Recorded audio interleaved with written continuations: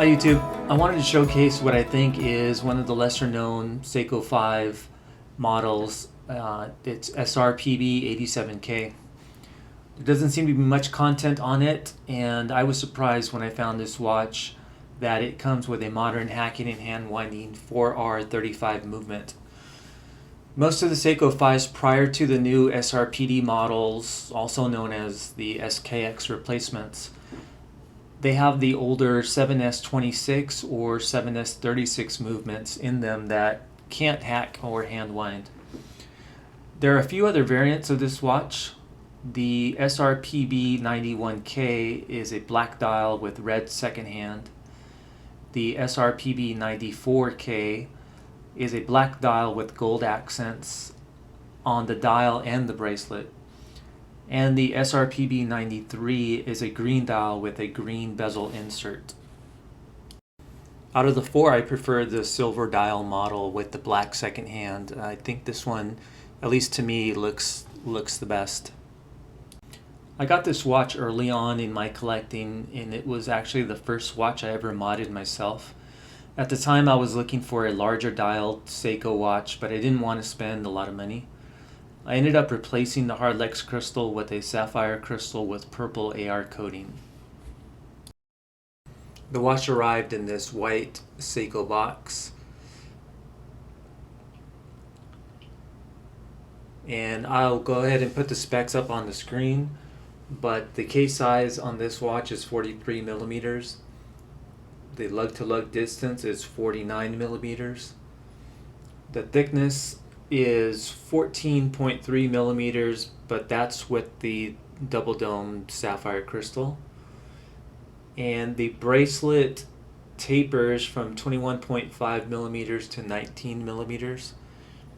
It has a push button clasp with the locking mechanism, and you can see the bracelet is polished on the inner part of it.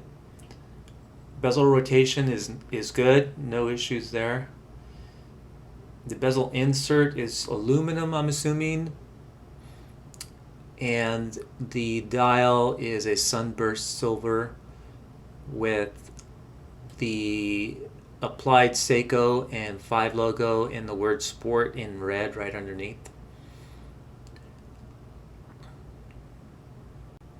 This watch doesn't have a chapter ring. Instead, it has a black outer minute track, so you don't need to worry about misalignment issues with this watch.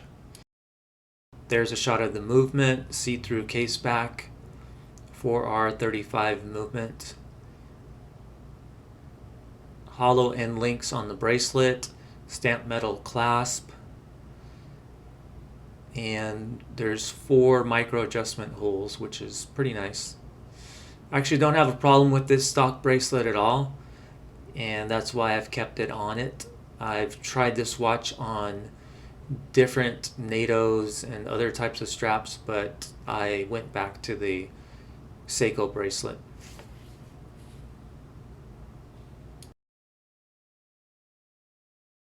I'll go ahead and show it on wrist.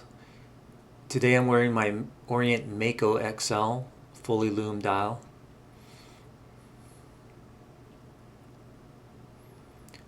For reference, my wrist size is 6 3/4 inches.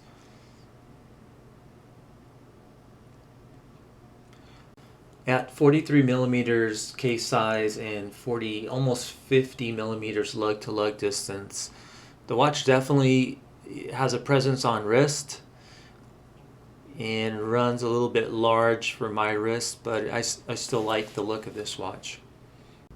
Taking a closer look at the dial, you'll see mainly round applied markers that are loom filled. There are rectangles at 9 and 6 o'clock, a triangle at 12. The unframed date wheel is white, located at 3 o'clock. The hands are skeletonized and also have loom. Black second hand. There's another shot of the Seiko 5 applied logo. The crown is unsigned, and it's also a non-screw down crown, and that's why this watch is only 100 meters water resistant. It does have the words automatic 23 joules near the 6 o'clock also. The bezel insert has a triangle at 12 o'clock and numbers at every 10-minute interval. There's no loom pip on this bezel insert, however the bezel is easy to grip and also rotate. Here's a closer look at the see-through case back in the 4R35 movement inside. I'll throw up the specs for the 4R35 movement, but the highlights are that it has a 40-hour power reserve, 23 joules, and has hacking and hand winding functionality. The movement isn't decorated and it only has the Seiko logo printed on the rotor. I found 4R35 and 4R36 movements have been easy to regulate, so I've regulated this one and it's running pretty accurately, as you can see on the time grapher. For a size comparison, here's the watch next to a newer Seiko 5 SRPB87K1. As far as loom goes, this watch is on the left, and I put it next to the previously mentioned Seiko 5 SRPB87K1. I charged both of them with a UV light and checked on them after about 20 minutes. It appears that this watch has a lower amount of Lumibrite applied, as it's not glowing as bright as the other Seiko, and after 20 minutes both have faded substantially, but the newer Seiko 5 on the right is brighter. You can still purchase this watch online for a little under $170. In comparison, if you wanted to go and buy the newer Seiko 5 SK Extra placement, those are running around $220. So I guess the question is whether this watch is still worth buying in 2021. I would say it is. It just depends on what do you think of the case shape, the size, the dial. What helps it out is that it does have a modern movement in it. And also, you don't really see people wearing this watch that often, so for some people that's a plus. That'll wrap it up for this video. If you enjoyed it, please feel free to leave a like. Like I said, I'll try to upload more content and improve on the quality. So until next time, thank you.